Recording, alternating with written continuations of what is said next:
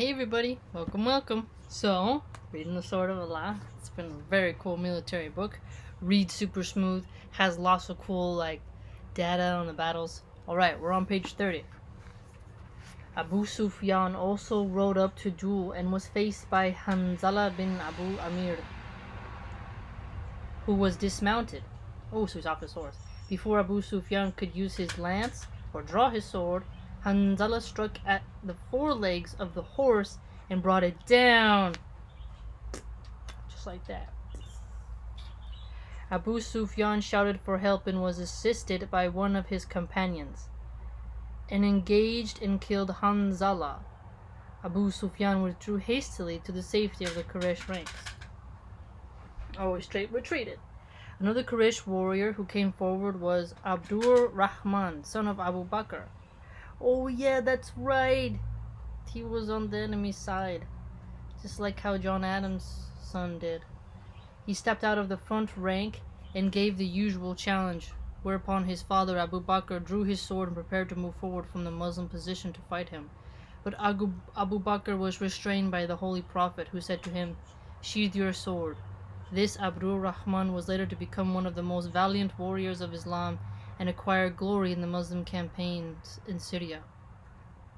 Soon after the duels, the fighting became general and both armies were locked in fierce hand-to-hand fighting. Okay, so the duel part is over. Now we're back into hand-to-hand combat. The Muslims were superior in swordsmanship and courage, but these advantages were offset by the numerical superiority of the Quraysh. They're gonna get tired, right? They keep coming advancing, just hacking. As this general engagement of the main body progressed, Khalid made another sally towards the left wing of the Muslims. Wow. Where the Prophet stood, but was again driven back by the Muslim archers on an inn. Man, those archers are coming pretty handy, right? The Prophet himself participated in this action by firing arrows into the general mass of the Quraysh. Oh, breaking up their formations, right? Besides him stood Sa'd bin Abi Waqqas, who was an arrow maker by profession and was among the best archers of his time. The Prophet would indicate targets to Sa'd, and Sa'd would invariably score a hit. Oh, really? Oh, dang. So if he was an archer guy creating the arrows and stuff, and he probably knew how you can cut the feather angles, what type of wood you use, how heavy should it be, It's like this one, punk, punk, punk, punk, punk. That must feel amazing. Hamza was fighting near the left edge of the Muslim force. By now he had killed 2 men and found a third one approaching him, a man named Sabah bin Abdul Uzza, whom Hamza knew well. "Come see me," shouted Hamza. "Oh, son of the skin cutter." Whoa, skin cutter.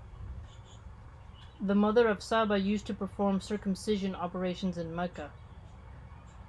The color rose in Saba's face as he drew his sword and rushed at Hamza.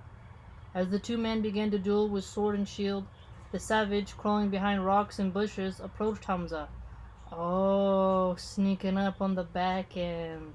At last he got within javelin range and with an experienced eye, measured the distance between himself and his victim. Then he stood up and raised his javelin for the throw. Hamza struck a mortal blow on the head of Saba, and Saba fell in heap at Hamza's feet. At this very moment the savage hurled his javelin. The cruel weapon, thrown with unerring aim, struck Hamza in the abdomen and went right through his body.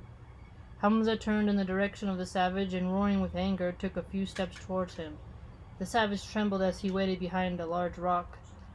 Oh, little wimp. Hiding behind a rock. Could you imagine you get victory over this fighter, and then that's when you could die? I mean, that's what's hard about being a soldier, right? But Hamza could only take a few steps before he fell.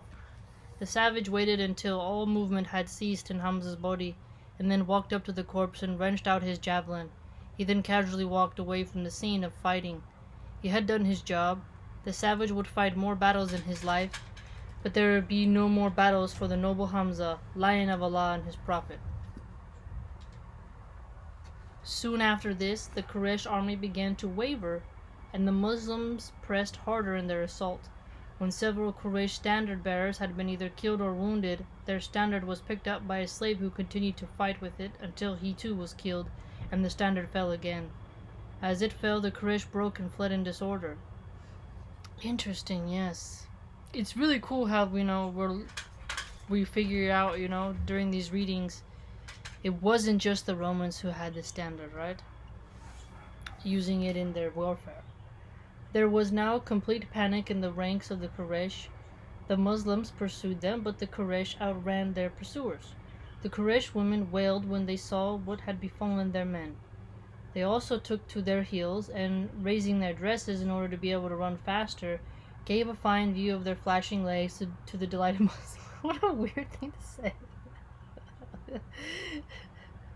I wouldn't have even thought anything. I just run it, but like, who's like, I'm so delighted to see some legs. All the women ran except Amra, who remained where she stood, close behind the original Quraysh battle line. Ooh. The only one who didn't run, boy. The Muslims got to the Quraysh camp and began to plunder it. There was complete confusion in the camp, with women and slaves milling around, hoping not to be killed, while the Muslims rifled everything they could find and shouted with glee. There was now no order, no discipline, no control, for the Muslims felt that the battle was won. The first phase of the battle was indeed over. The casualties had been light, but the Quraysh had been clearly defeated. This should have marked the end of the Battle of Uhud, but it did not. Wow, so they're just in the camp, right? And it's like, just going through, it's like that chaotic moment. Okay, that's interesting. Let's see what happens next. As the Quraysh fled, and the Muslims, following in their footsteps, entered the Quraysh camp, the two mobile wings of the Quraysh stood firm. Both Khalid and Ikram moved back a bit from their previous positions, but kept their men under complete control, not permitting a single rider to retreat. And Khalid now watched. Oh yeah, because like, don't you hold your spot, right? Do not. The camp may be down, but hold your position, right? And Khalid now watched this confused situation, looking now at the fleeing Quraysh, now at the plundering Muslims. Oh, that would have been so intense. I'm sorry, like you're like, what? Like your team, right? You're like, oh no, and then you're like, the camp is now at the archers on an in. Oh, exactly, because those archers are like, come on, come forward, come on. He did not quite know what to do, but he was capable of a high degree of patience and waited for an opportunity which would give him a line of action. Perfect sentence right there. Did you get that? So being patient, like, okay, I don't know what to do right now. Have patience until I can realize when I have my most advantaged opportunity and what line of action I need to take. Soon, his patience was rewarded. When the archers of Anin saw the defeat of the Quraysh and the arrival of the Muslims at the Quraysh camp, they became impatient. Oh, but the Prophet told them to stay put, though, right? To take part in the plunder of the camp. The temptations are like, oh, the treasure's going to those guys, right?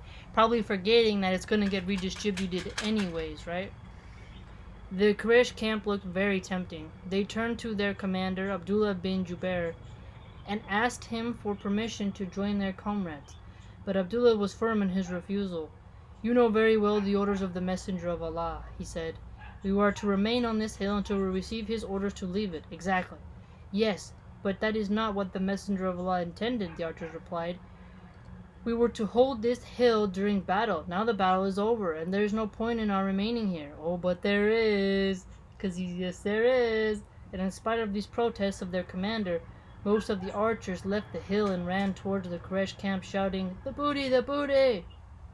Ooh, they're probably going to get flogged. They should be flogged. They didn't listen they disobeyed. They had to be flogged. Abdullah was left with 9 archers on a hill. Oh no. This movement was observed by the keen eyes of Khalid, who waited until the archers had reached the camp. Oh, what a tit for tat. What a tit for tat. Then Khalid struck. He launched a mounted attack against the few archers who remained on the hill, with the intention of capturing this position and creating for himself room for maneuver. Oh, wow. Whoa. Dang. See, that's what I'm saying. He was patient. All that chaos. His moment came. And he's like, okay, I'm going to take that spot. That is freaking smart.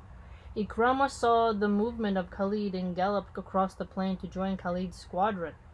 As Khalid's squadron reached the top of the hill, Ikrama's squadron was just behind, while Ikrama himself came ahead and began to take part in the assault on the Muslim archers.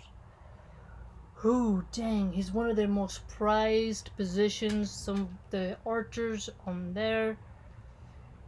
Whew. Now they're under attack. And losing those archers is painful, right? Because you need them.